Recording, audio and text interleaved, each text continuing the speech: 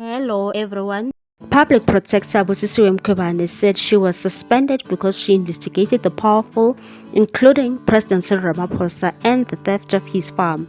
Mkhwebane was testifying before the Section 194 parliamentary inquiry into her fitness to hold office, which resumed on Tuesday. Mkhwebane said she was obliged to investigate members of the executive accused of violating the Executive Members Ethics Act, which happened in the case of donations to the CR17 campaign by Bosasa.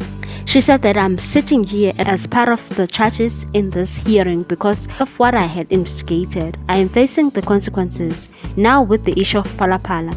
Sending those 31 questions led me to be suspended a day before the court was supposed to pronounce.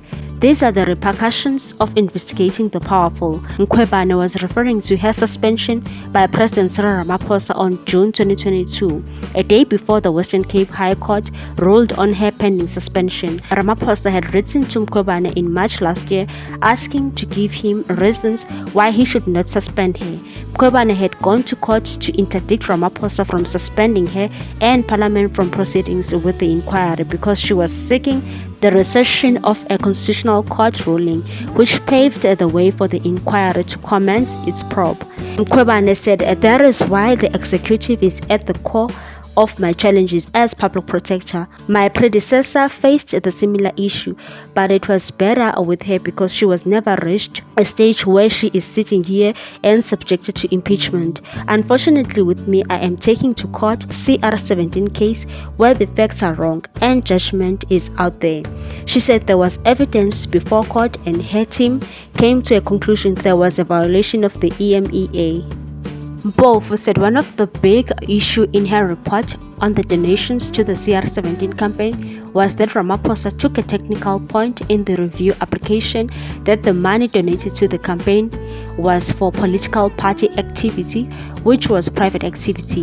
Bofo asked if Mkhwebane and her team had determined that her office had jurisdiction to investigate. Mkhwebane said that after receiving a complaint, her team had determined it had jurisdiction. It transpired when the person was the deputy president, and as a deputy president, you are a member of parliament. You need to declare whatever gift you have. Mkhwebane said she wrote to the Speaker of the National Assembly to request any declaration by Ramaphosa and said it was not at all a fishing expedition or trying to target the president. Our investigation uncovered such things. We received, analyzed, researched, and we have discovered that this matter we have jurisdiction. That is what we thought, and I still think like that because he was a deputy president and had to declare. What's your take on this one, people? Thanks for watching. Please subscribe for more news.